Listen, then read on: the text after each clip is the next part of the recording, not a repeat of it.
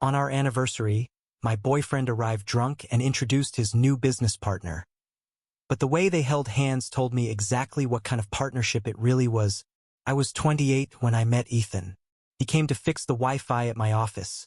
Sleeves rolled up, faint stubble, easy grin. The kind of man who looks like he knows how to solve things, including people. He made eye contact just long enough to linger, not long enough to feel dangerous. A week later, he asked me out for coffee. A month later, dinner. He listened, really listened, or at least pretended well enough that I couldn't tell the difference. He remembered details no one else did. My favorite candle scent, my tendency to hum when I concentrate. 6 months in, he was temporarily living with me until he found his own place. His sneakers lined up by the door, his toothbrush next to mine, his things blending into the edges of my life. Then he got fired. Jealous boss, he said, and I believed him. I covered rent, groceries, gas. You're my rock, he'd whisper. And I'd glow with pride instead of suspicion. But slowly, subtly, I became smaller. I laughed quieter, second-guessed myself more. Somewhere between love and loyalty, I stopped being his girlfriend and became the woman who rehearsed sentences in her head before speaking. Afraid of saying the wrong thing. Started small, it always does. The first time Ethan made me doubt someone I loved. It sounded almost caring. You know, your friend Kelly seems jealous of you, he said, wrapping an arm around me while scrolling through my Instagram. Always commenting like she's trying too hard. I don't like her energy. I laughed it off, but something in his tone lingered. The next week, it was my brother. He acts like you can't handle anything yourself. Doesn't he realize you're an adult? Subtle, reasonable, protective even. And then one day I realized I hadn't seen either of them in months. Every invitation, coffee, brunch, birthdays was met with Ethan's tired sigh. Can we just stay home tonight? You work so much, you need to rest. Home became a quieter place. Too quiet. When friends did visit, Ethan would find small ways to make it uncomfortable. Offhand remarks about them leaving early, jokes that landed like punches. You didn't tell me Kelly was coming, he'd mutter in the kitchen. I would have made myself scarce if I knew we were hosting your people again. I stopped inviting anyone over after that. The control didn't arrive like a storm. It crept in like humidity. Invisible, suffocating. He started commenting on my clothes. That dress looks a little young for you. Or, you don't need makeup, babe. You're trying too hard. Always framed as care, as guidance. I began dressing in muted tones, soft sweaters instead of fitted blouses. Anything that wouldn't provoke another critique disguised as affection.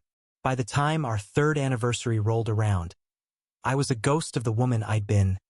Cautious, anxious, and quiet. I used to fill rooms. Now I barely took up space. Ethan, meanwhile, had reinvented himself. He called himself an entrepreneur. Said he was building something big. A startup with serious potential.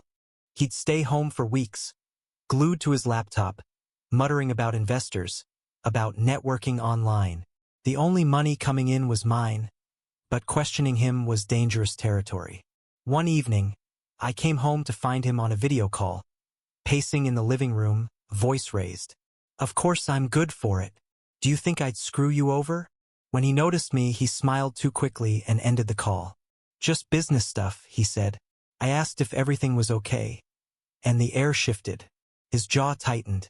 Why don't you believe in me, Ellie? That question became his weapon.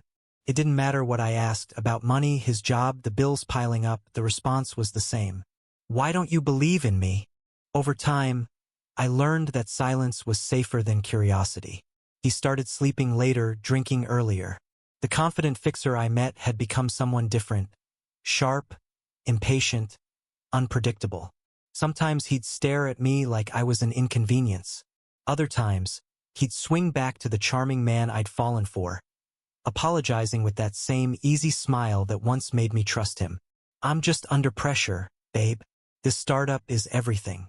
You'll see. I wanted to believe him. I wanted to believe that the man who once laughed with me over burnt pancakes was still in there, buried under stress and bad luck. So I kept covering the rent, the groceries, his gas, the endless business expenses. But belief has an expiration date.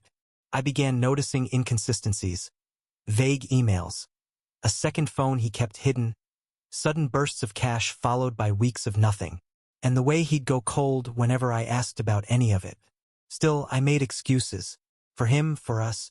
I told myself relationships take work, that he just needed support, that maybe I was overreacting. It's amazing how long you can live in denial when you confuse control for devotion. And yet, sometimes in the small hours of the morning, when his snores filled the apartment and the city outside hummed faintly, I'd lie awake and stare at the ceiling, feeling that slow, quiet panic. The one that tells you something is terribly wrong, but you can't name it yet. The worst part wasn't the fear. It was the stillness, the waiting for something I couldn't yet see, but knew was already coming. Our third anniversary was supposed to be the night we turned things around. At least, that's what I told myself while booking the reservation, the same Harborview restaurant where we'd celebrated our first year together. Back when things still felt simple. I even wore the dress he'd once said made me look like the woman he'd marry someday. I wanted to believe there was still a trace of that man somewhere, that maybe, with a little grace, we could find our way back. I got there early, sat by the window, watching the water catch the last light of sunset. Couples were laughing softly around me, forks clinking against plates. Every time the door opened, I looked up, expectant, hopeful, until it became humiliating. After 40 minutes, I texted him, "Everything okay?" No reply. Another 30 minutes. Then an hour. The waiter refilled my water glass 3 times, avoiding eye contact by the last one.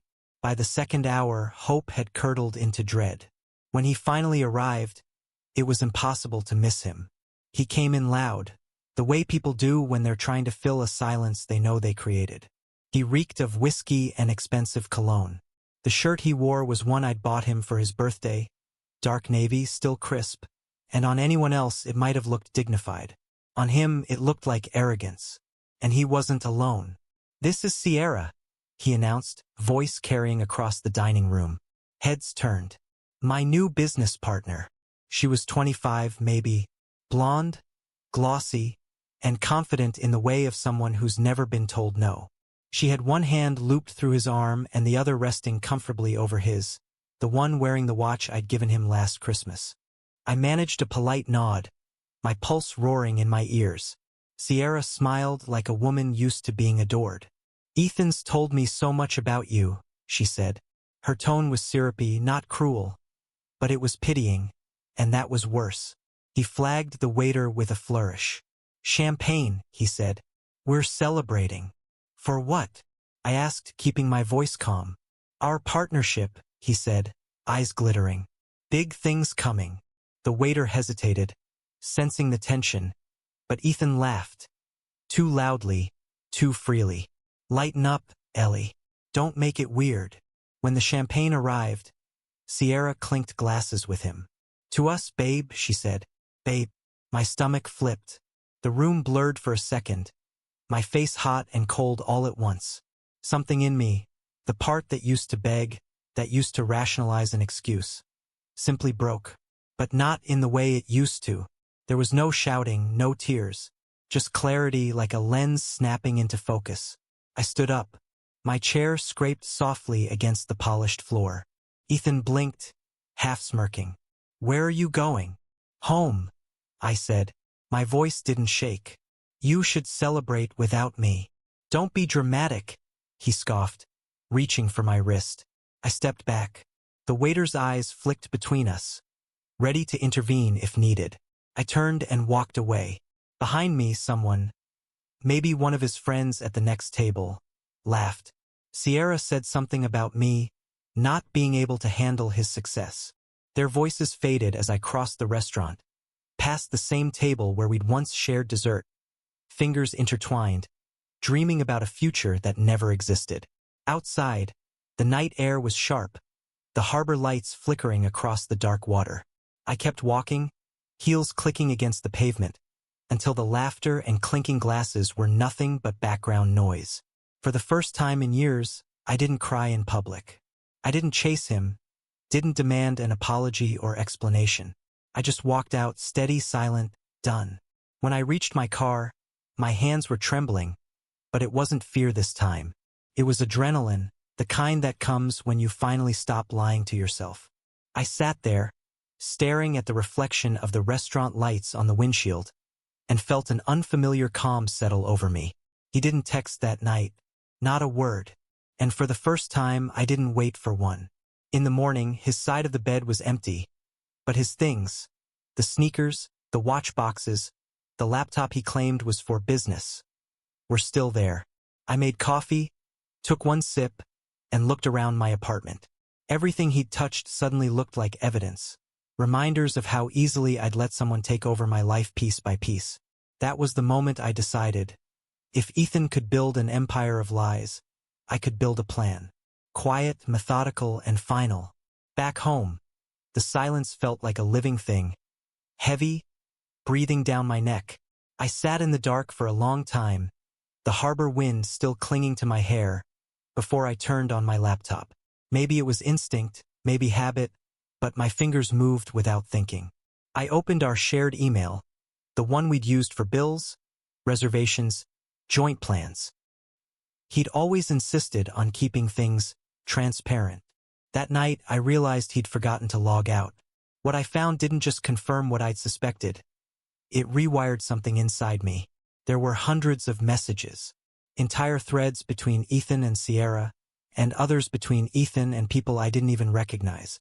The tone was smug, performative, like he thought he was the cleverest man alive. "Can't believe she still thinks we're together," he'd written to Sierra. "She pays for everything. It's almost too easy." Another thread was worse. A voice note, him laughing. "Ellie'll pick up the bill like always. That's what she's good for. Wait till she sees Sierra. It'll be hilarious." I listened to it twice, then 3 times until my body went cold. There were screenshots of bank statements, credit card transactions, even an application for a loan using my name.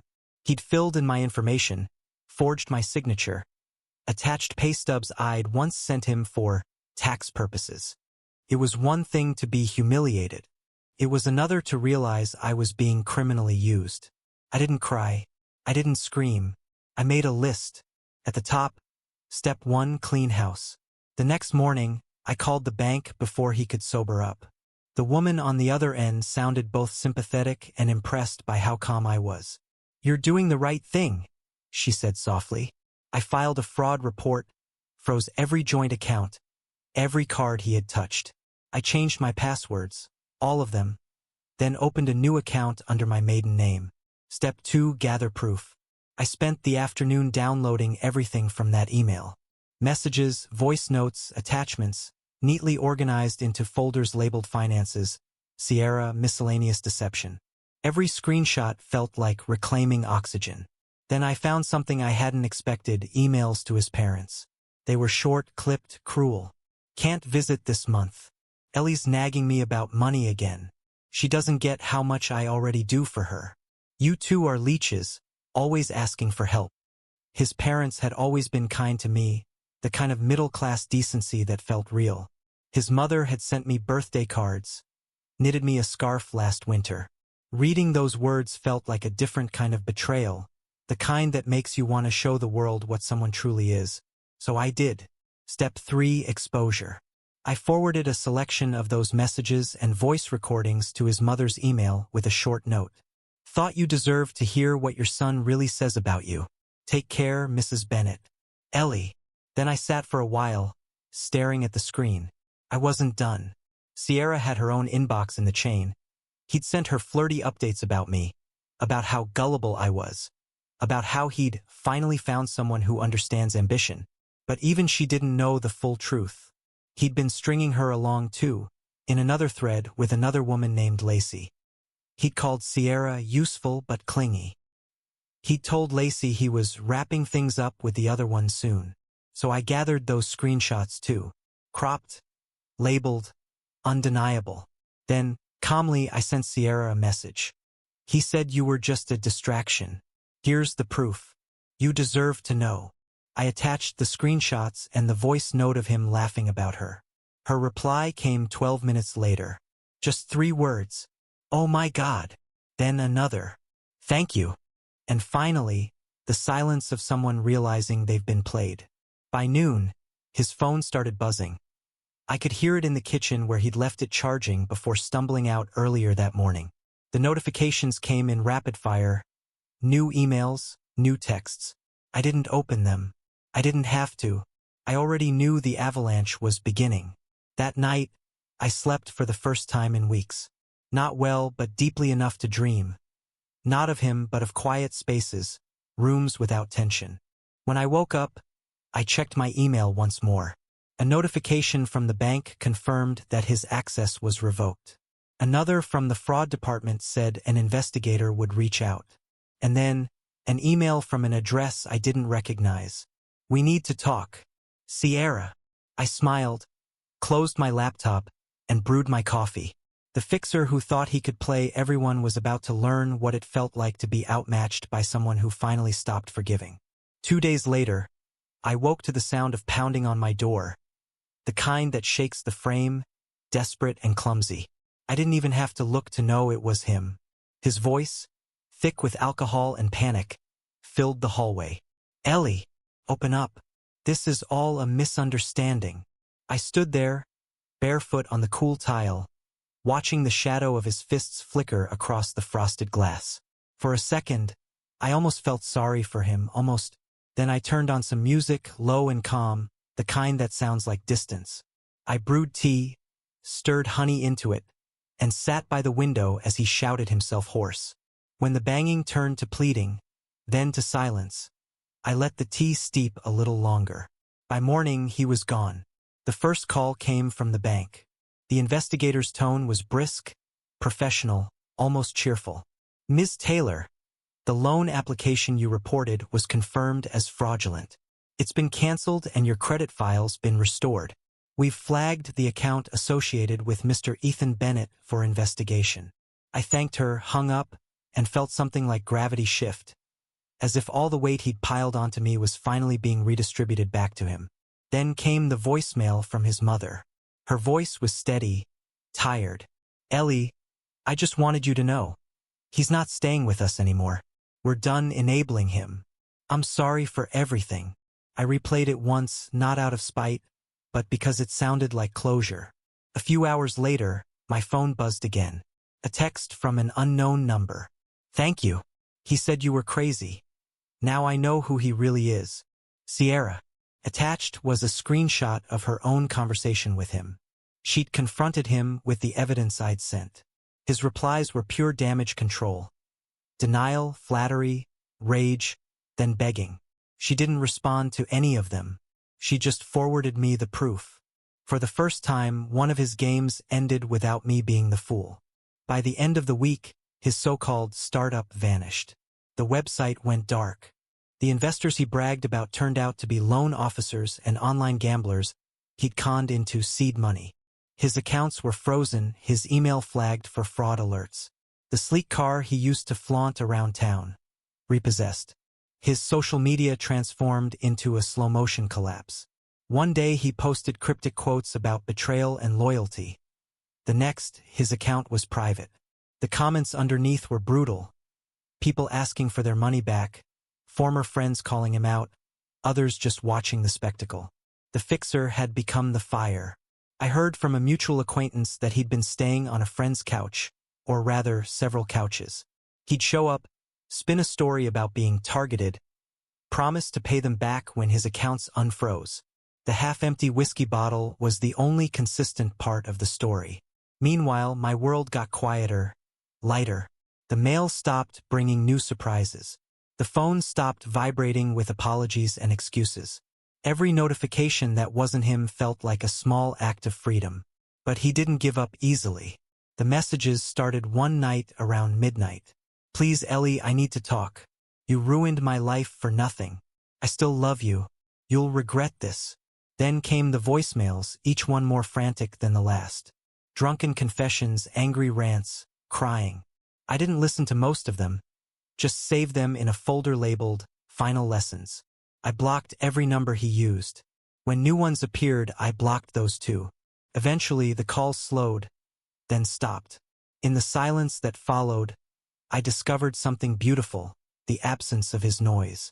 My apartment no longer carried the tension of waiting for footsteps, or apologies, or arguments disguised as conversations. The air felt clearer. Even the walls seemed to exhale. I started doing small things again, buying fresh flowers, calling my brother back, meeting Kelly for coffee. She hugged me so tightly I nearly cried. "We thought we lost you," she said. And for a long time, I had been lost, buried under someone else's narrative. Ethan had always called himself a king. The man who fixes things, he'd say, glass raised, grin wide. But the thing about self-made kings is that their thrones are usually made of lies, and lies collapse fast when no one's left to hold them up. By the end of the month, he was just another ghost number in my call log. A cautionary tale with a fading face. And me? I didn't forgive him, but I didn't need revenge anymore either. I'd already taken back everything he'd stolen. My peace, my dignity, my silence. Silence never felt so peaceful. 6 months passed like a quiet season after a storm. No thunder, no chaos, just slow rebuilding. I learned how to fill silence with something other than fear. Mornings became rituals again. Strong coffee, sunlight through clean windows, the radio humming in the background instead of his voice. I was learning to live on my own terms, not the version of me he'd molded, but the one who'd been waiting underneath the whole time. I finished an online course in project management, something I'd started secretly back when he'd mock me for trying to be the boss. A week after getting my certificate, my manager called me into her office and offered a promotion. "You've been running things quietly for months," she said. "It's time you get paid for it." I smiled, really smiled, the kind that reaches the eyes and stays there for a while.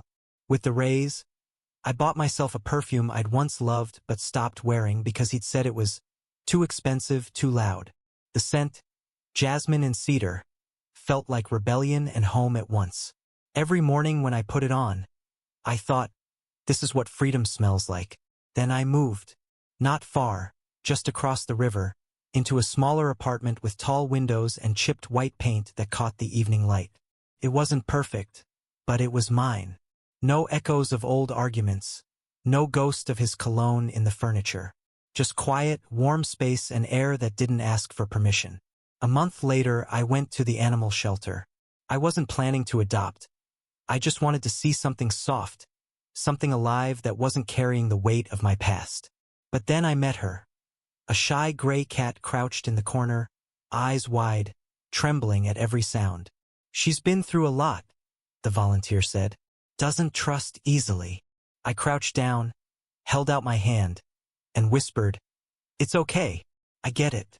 I brought her home that day and named her Luna. For the first week, she hid under the bed, emerging only at night to eat. Every creak made her flinch. Every sudden movement sent her running. I didn't rush her.